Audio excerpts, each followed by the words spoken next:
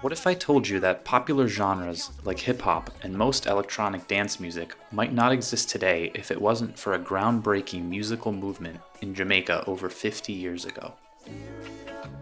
When it comes to Jamaican music, you probably know about reggae, but not everyone may be in tune with its more electronically minded descendant, dub reggae, and the sound system culture that accompanied it. In this video, we'll explore dub's lasting impact on contemporary music, and how you can use some of its core production techniques in your own projects. Dub grew out of reggae in the late 1960s and early 1970s.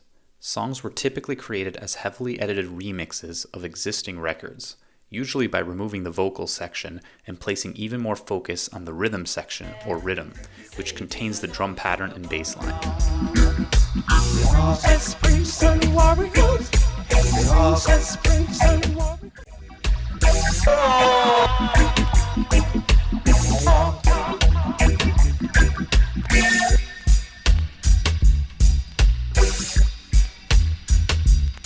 Novel audio effects like echo, reverb, and delay would then be applied, often generously. Vocal snippets and other instruments from the original song or even other songs could still make their way into the track by means of dubbing or sampling.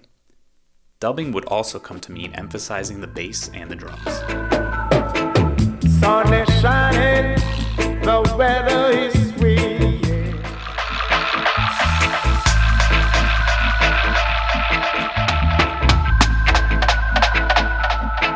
Sun is shining, weather is sweet.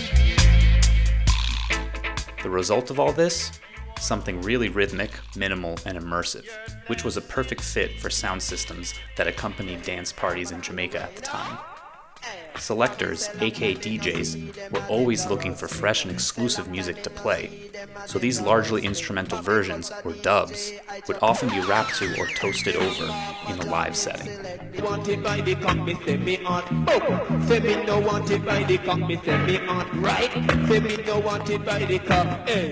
Pioneers of this new sound used the mixing desk almost as its own instrument to edit, process, and re-record their dub mixes for the dance. They included Lee Scratch Perry, Osborne King Tubby Ruddock, and Hopeton Scientist Thompson, who has blessed us with his very own sample pack on Splice Sounds.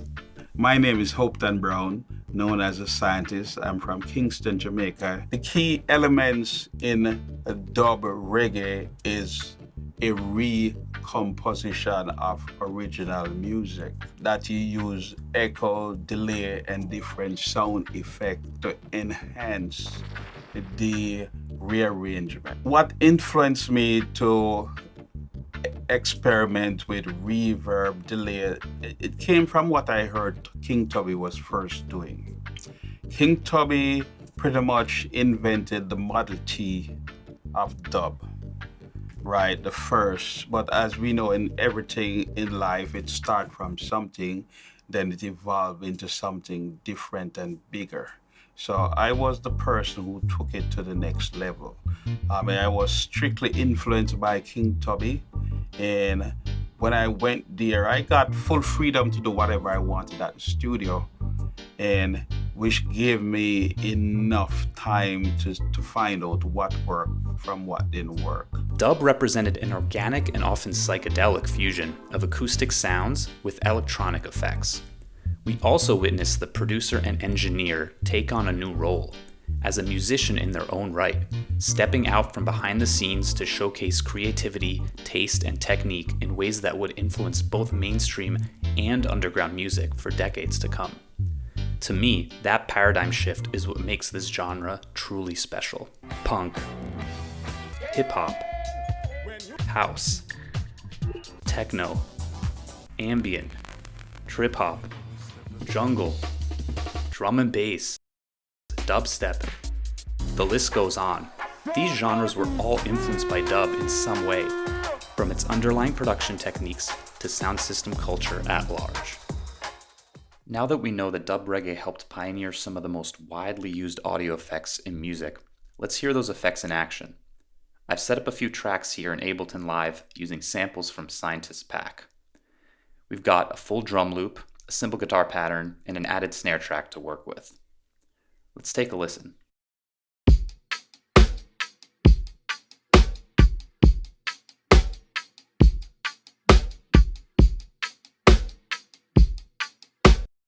Not super exciting, but no worries, because we've also got some lovely reverb and delay plugins from Arturia to help us dub out this mix and have some fun. First off, we have two different types of reverb, plate and spring. The plate 140 reverb is going to be nice and bright. The spring 636 has more of a splashy echo that is super characteristic of dub music. Let's test them out on our tracks.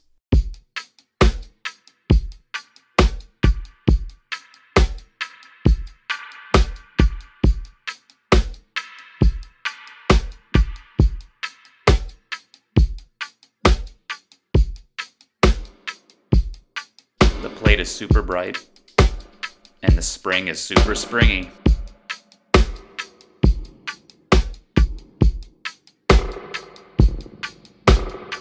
Now let's check out these two delay effects. I've got the Tape 201 and the Brigade plugins set up here with different delay times for some variety. Let's check them out.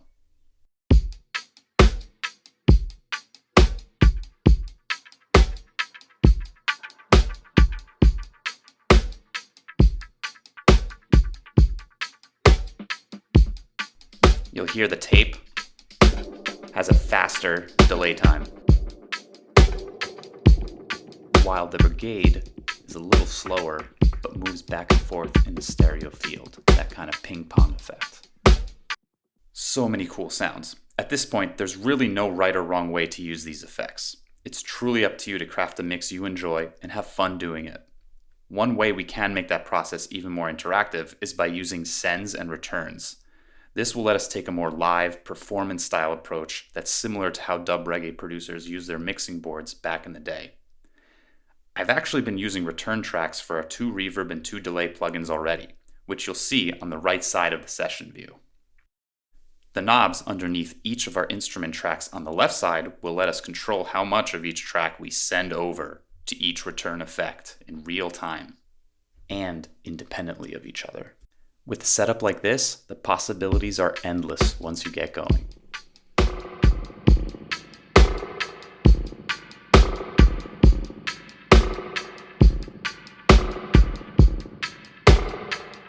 I hope producers will find what we did here useful because of some of the high fidelity sound, especially with the drums that we're going to be developing.